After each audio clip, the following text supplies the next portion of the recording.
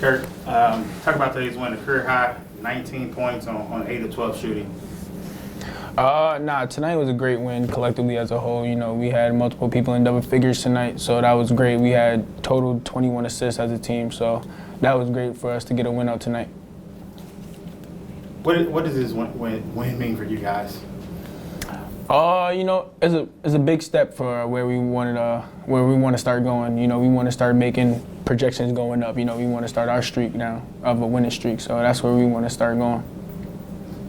You did other things today. Not only did you have 19 points, you had a team high five rebounds and three steals. Talk about doing the other things outside of scoring that helps bring this team, you know, to victory.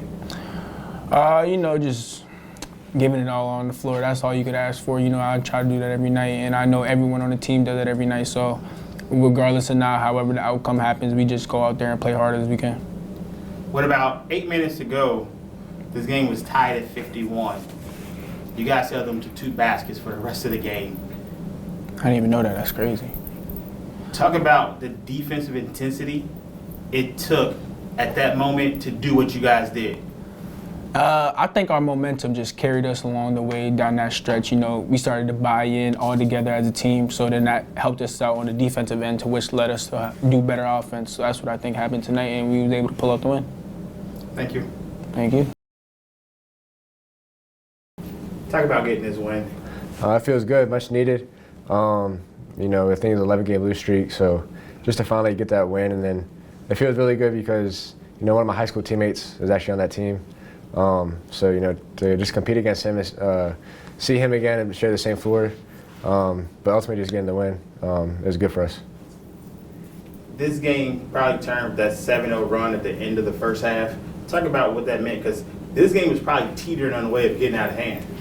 Yeah, it was. You know, that's the problem we've had all year, is just being in the game, and then the last 4 minutes or 5 minutes of the first half, you know, the teams start to pull away. So tonight we weren't going to let that happen. So I think that the 7-0 run just really gave us the momentum we needed to go into the second half.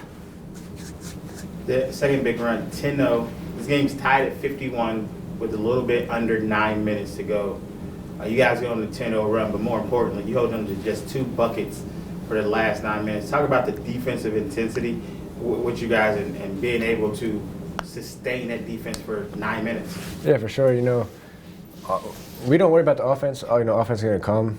A lot of times, we've been, the last couple of games, we've been outscoring teams or scoring with them. We just can't get stops. So a big emphasis is just defense, and once we get the stops, then we focus on offense.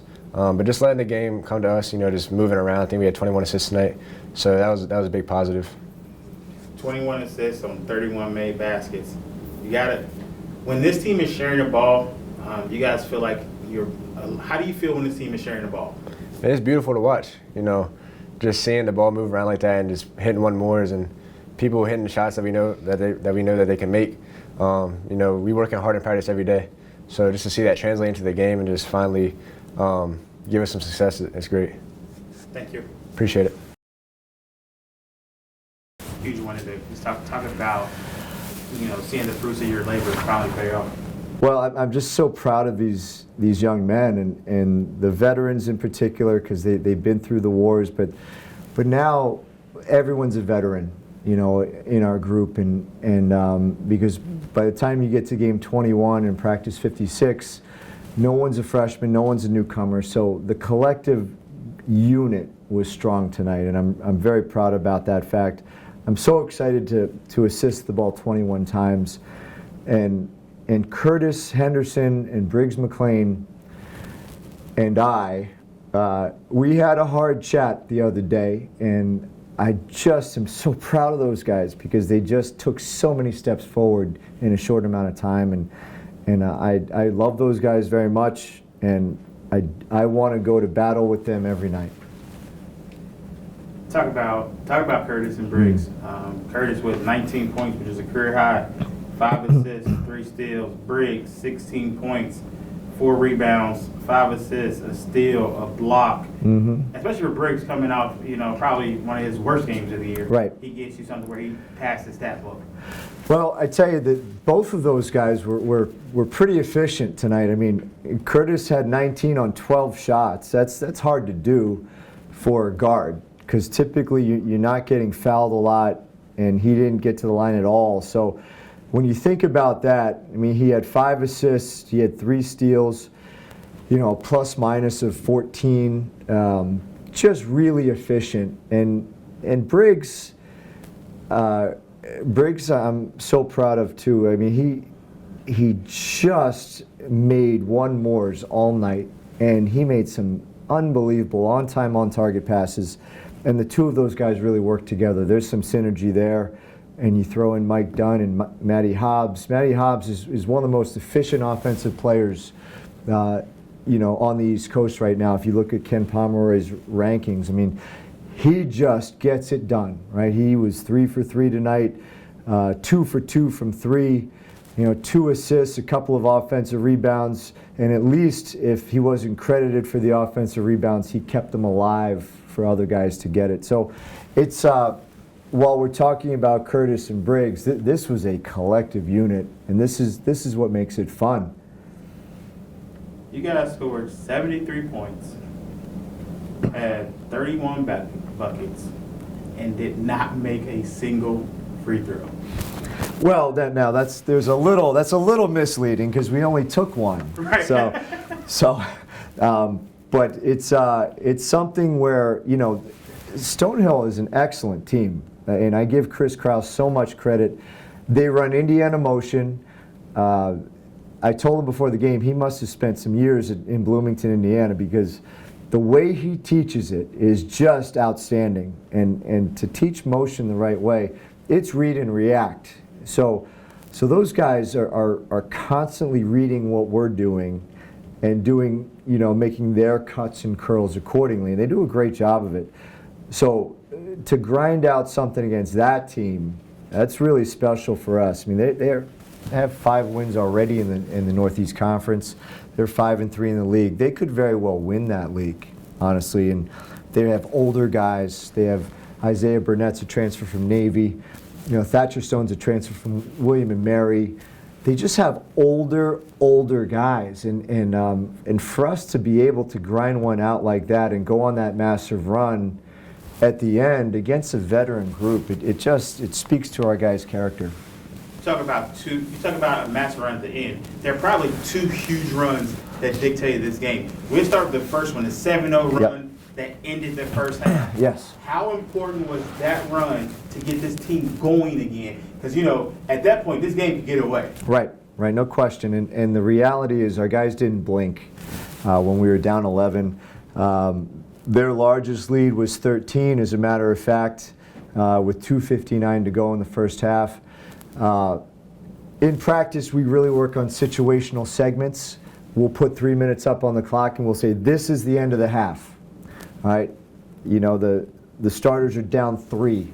Let's figure it out. I was really excited to get a 2-for-1 opportunity, 2 shots for 1 in the very last minute. Briggs McClain did an unbelievable job of managing that. And you're right. Like we could have gone down and gone into the locker room down 11. Instead, it's 4, and then we were able to kind of chip away. We made more tactical adjustments at the half. Usually, when you go into a halftime, it's either motivational, personnel, or tactical, and in your adjustment talk. And we had to make some tactical adjustments because they were packing it in on us defensively, and they were switching everything. So, to their credit, so we were able to adjust a little bit. And we made shots. This is such a make or miss kind of a sport we're all in. So we were able to make some shots down the stretch. We had 11 threes that were made today, and we held them to 30% or 32% in the second half. And I'm really excited about that. You talk about the tactical changes you made on offense. Mm-hmm. Did you do anything different on defense? Because like you said, they made like 60% in the first half and only shoot 32% in the second. Yes, we did. when you play a motion team, you have to disrupt them a little bit. You know, if they get into a groove of timing and cutting and cutting and timing, they're very good. So we went with a couple different lineups. We went small for 3 or 4 possessions, and we went bigger for 3 or 4 possessions.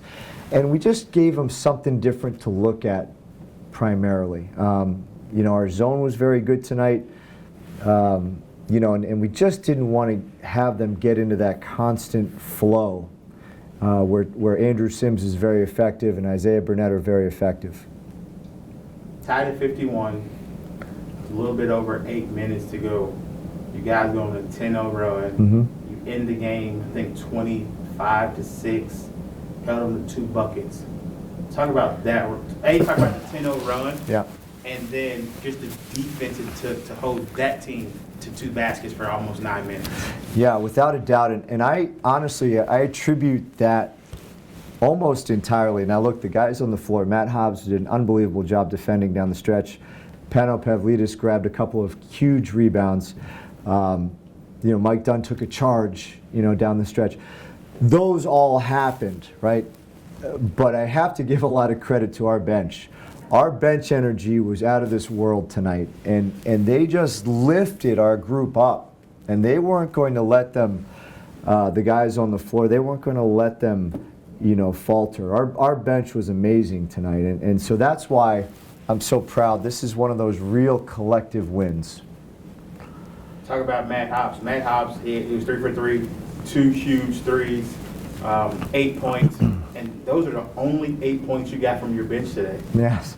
Well, Matt's hysterical. He's so based on the numbers, Matt Hobbs is our second most efficient offensive player on the team, and the reason why is because he keeps balls alive. He's very assist oriented, and he only takes great shots. Right? He only takes great ones. You will never see Matt Hobbs take a bad shot. You know, so I really love how he plays. He's a leader, and he's the best team guy we have. One last question. Ball gets kicked to Mike Dunn, and he throws it to Pano for the dunk. How high did you jump after the dunk? Not as high as he did, that's for sure. You could still slide a piece of loose leaf paper under my feet at that time, barely. But no, I mean, look, that's a situation where, you know, and again, the bench energy on that play was just off the charts. And I give so much credit to Henry White, who's a freshman from Suffield, and Mekhi Nelson, who's going to be a really good player from Hagerstown, Maryland, and Isaiah Middleton, Pierre. So, like, those guys just lift us up. And it's such a big part of this win and all of these efforts. Those guys are huge, and that's what's great about this. And what's also great about it is we don't have a game for 9 days, and you can really get better and learn from a victory and kind of sit on a victory for a little while. Now, so you said something about that. I do have one more question. Talk about not being a football coach because you didn't have to wait a week. Now you got to wait a week. Hey, I'm a little better at waiting a week after a success than a shortcoming, so I don't mind it. We're gonna take a couple days away. We're gonna have, you know, a really productive week of practice. We're gonna have a little fun with some competitive practices too, and we look forward to getting better over this next week. Thank you, appreciate it. Thank you.